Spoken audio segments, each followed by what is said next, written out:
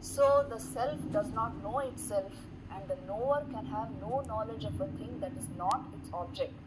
Therefore, through what instrument should one know the knower, because of which this universe is known, and who else should know it? How will you know the knower? This is the question he is putting. You usually know something if it is an object of perception. How are you going to know the knower? Now this is what we will be studying in the next two slides. So I have put this question here. See, he asks the question and then proceeds. Shankaracharya. The answer, very beautiful answer which Raman Maharshi gives you is, in order to realize this truth, we need to eliminate the thinking mind, to dissolve it in the universal self. Why is he saying this? I told you, awareness is behind thought. It is because of the presence of awareness that thought is getting enlivened. So you cannot know it just through the medium of thought. Isn't it? Can you know awareness just through your mind, through the medium of thought? Tell me. Why? It is behind the mind. If it was in front of the mind, you could know it. As I had, what is in front of me, I am able to see it. What is behind me, I can't see it. This is what is happening in your mind. Your mind itself is functioning due to awareness, so it can't reveal awareness. We have to adopt some technique to do it. What is the technique adopted? Vivekananda actually gives you a number of techniques if you read his works. Here I have just boiled it down to a few from Yoga and Vedanta. How to know the knower. The preparatory is shutting out the modifications of your mind. Why should you do this? Otherwise your awareness will keep getting invested in the thought process. इसीलिए this is a technique in yoga. First of all, shutting down the modification of your mind. इसका मतलब क्या है?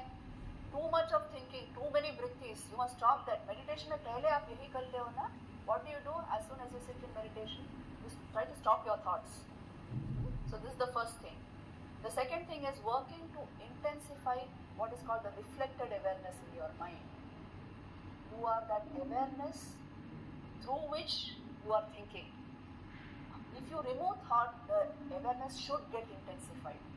Your sense of being will be very intense. If you have practiced some real amount of yoga. So this is a way of culturing awareness. Practically it means intensifying awareness in the mind, and for this meditation upasana techniques are used. So this is all preparatory. Actually how you can know the knower is, Vedanta will tell you, even all these are preparatory steps. You can go directly to the source if you only clean that lens. The lens of your mind, if that is very clean, your very aham pratyay, your I sense hai, that itself becomes like a mirror. It will lead to the source. You see, generating the pure aham pratyay will reflect the pure self. The lens of your mind becomes a mirror. This is how, by inquiry into the I, you can know the self. You will understand the glory of this only if you understand. If at the present moment you encounter the inability to do this, why is it when I ask I, who am I, the answer does not come immediately to me? आप बोल सकते हो? See, when Raman Maharshi or Vivekananda ask who am I, they are in that state immediately. हमारे साथ ऐसा नहीं हो रहा है. क्यों? We don't have that pure aham pratyay. It is already invested in many things. So the mind is not becoming a mirror. When I ask I, the I is already identified. I am so and so, such and such and such and such. All these are my characteristics. This is my. ये वेदांत क्या आपको करता है ना? It introduces you to your real nature. Introduces you to yourself, you can say. आपको आपका ही परिचय दे रहा है.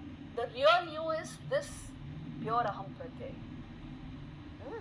उसके ऊपर बहुत सारे impositions आ गए हैं. If you distance yourself from them a little, you will be able to trace yourself back to your source.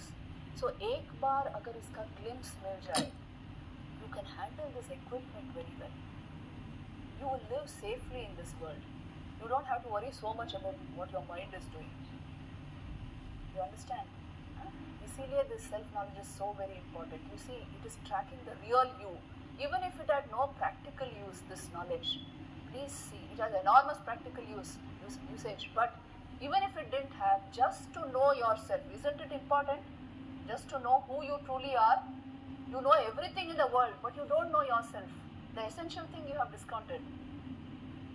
So understand, this is a very deep level knowledge, and you can know the knower. Huh?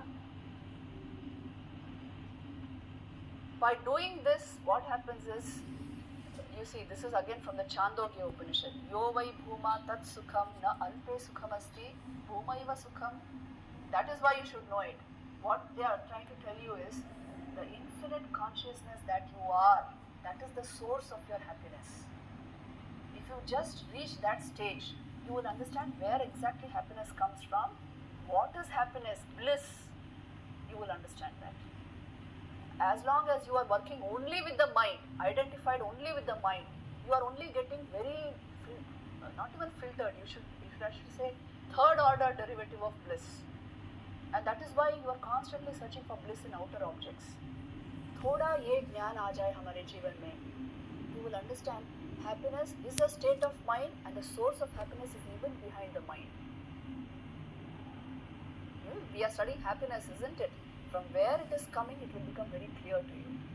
So you will be able to function independent of objects, independent of all the things that the world throws at you. Otherwise, you are carried away by them. You get involved in them in such a way, you are not able to extricate yourself.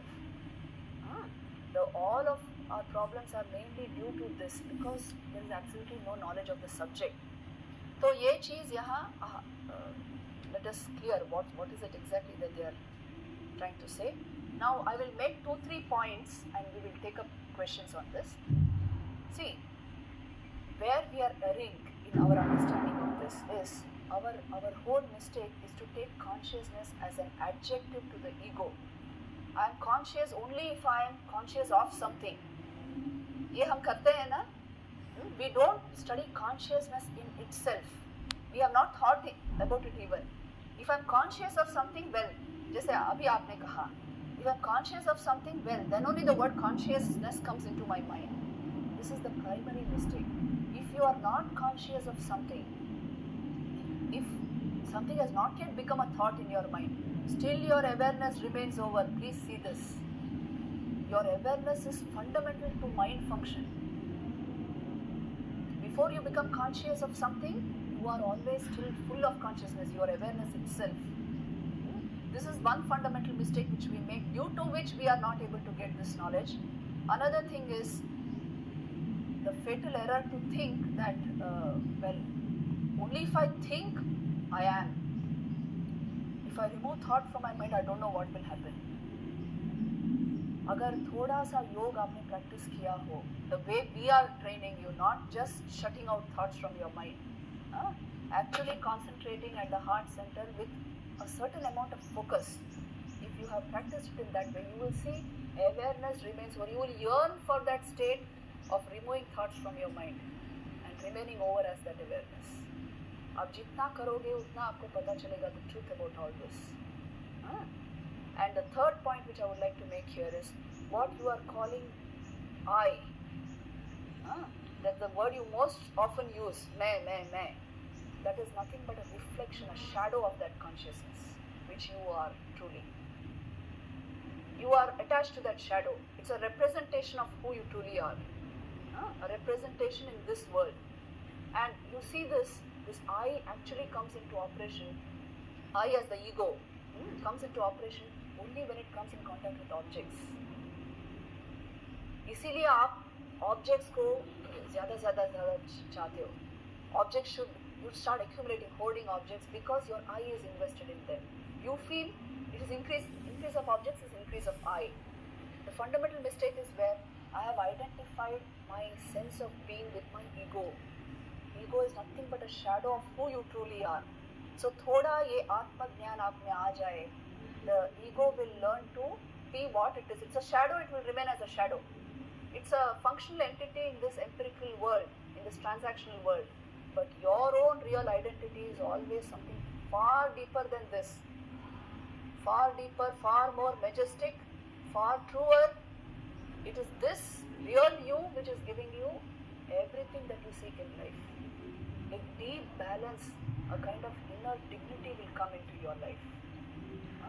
And most of all, problems will go out of your life. You will be able to focus life energy on the things that really matter, not on unnecessary problems, emotional problems, this and that, wrong decisions, not on all this rubbish, which is the creation of an untrained mind. समझ में आ रहा है? This is how self-knowledge takes you to a very deep level of your personality, changing you from within. And a well-developed being in this way interacts wonderfully with the world. Any situation you can handle, any person you can handle. So any problem you can handle. So self-knowledge, which is so very important in building life. Now today's research methodology, we have covered two forms of research, third person and first person perspective. Do you have any doubts on all this?